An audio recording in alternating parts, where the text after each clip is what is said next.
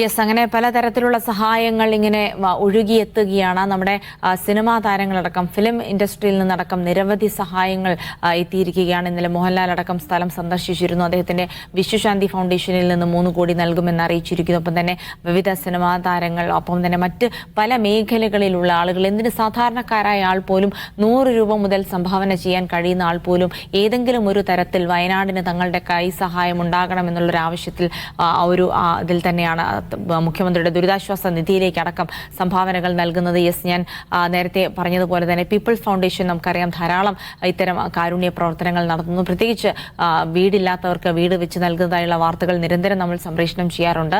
ഇപ്പോൾ people's foundation chairman Shri Abdul മജീദാണ് ചേരുന്നത് തത്സമയം.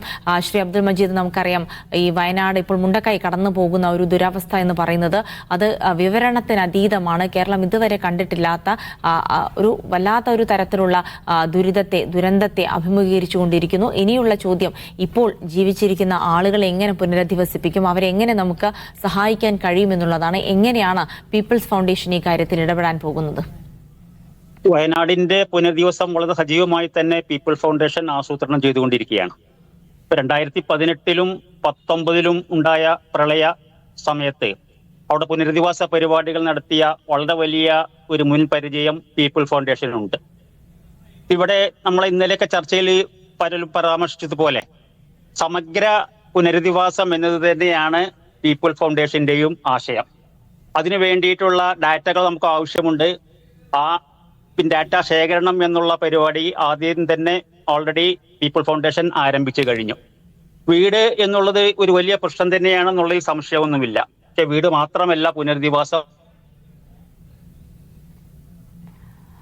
യെസ്, താങ്കളുടെ വോയിസ് എനിക്ക് തോന്നുന്നു ശബ്ദം കട്ടായിരിക്കുകയാണ്. എന്തായാലും അത് പറഞ്ഞതുപോലെ തന്നെ ഒരു സമഗ്രമായ ഒരു പദ്ധതികൾ ആവിഷ്കരിക്കേണ്ടതുണ്ട് എന്നുള്ളത് തന്നെയാണ് അദ്ദേഹത്തിന്റെ വാക്കുകൾ.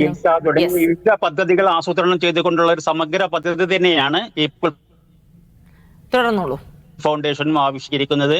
തീർച്ചയായും ഗവൺമെന്റുമായി ഏതെല്ലാം നിലയ്ക്ക് സഹകരിച്ചുകൊണ്ട് ഈ പ്രോഗ്രാം നടത്താൻ കഴിയുമെന്ന് പീപ്പിൾ ഫൗണ്ടേഷൻ ആലോചിക്കും. മറ്റ് സന്നദ്ധ സംഘടനകളുമായും ആലോചിച്ചുകൊണ്ട് ഈ പരിപാടിയുമായി മുന്നോട്ട് പോകാനാണ് പീപ്പിൾ ഫൗണ്ടേഷൻ തീരുമാനിച്ചിട്ടുള്ളത്.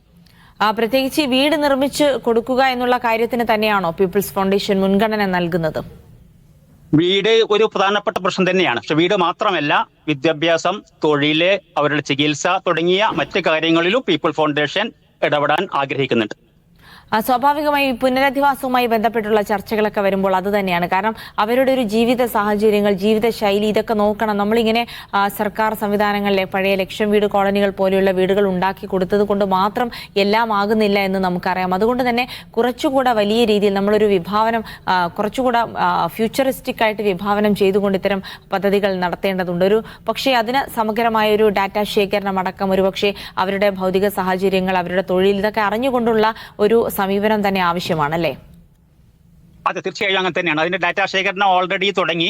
പ്രൈമറി ഡാറ്റ കിട്ടുക എന്നുള്ളത് ഇപ്പോൾ പ്രയാസമുണ്ട്. സെക്കൻഡറി ഡാറ്റകൾ ശേഖരിച്ചുകൊണ്ട് ഒരു പദ്ധതി തയ്യാറാക്കുകയും പിന്നീട് പ്രൈമറി ഡാറ്റകൾ കൂടി കിട്ടുമ്പോൾ അത് പരിഷ്കരിക്കുകയും ചെയ്യുക എന്നതാണ് പീപ്പിൾ ഫൗണ്ടേഷൻ ഉദ്ദേശിക്കുന്നത്.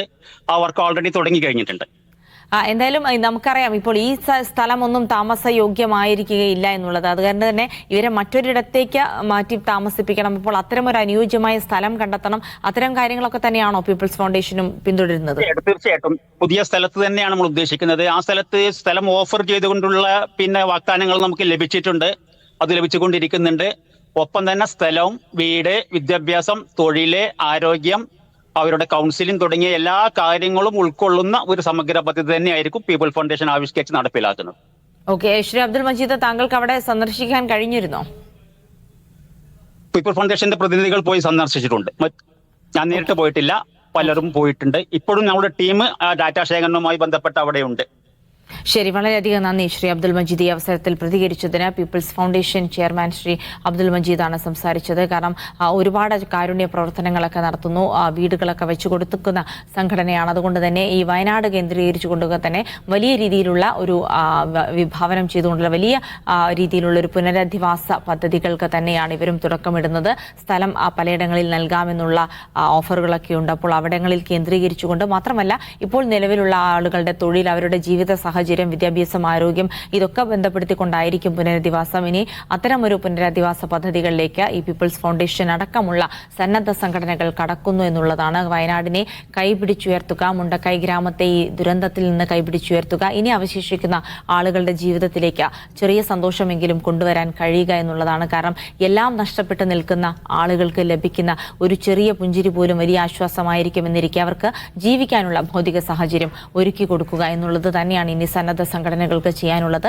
അത് കേന്ദ്രീകരിച്ചുള്ള പ്രവർത്തനങ്ങൾ കൂടിയാണ് ഇപ്പോൾ വയനാട് മുണ്ടക്കൈ കേന്ദ്രീകരിച്ച് നടക്കുന്നത് എന്നുള്ള വിവരങ്ങൾ കൂടിയാണ് ഈ ഘട്ടത്തിൽ ലഭിക്കുന്നത്.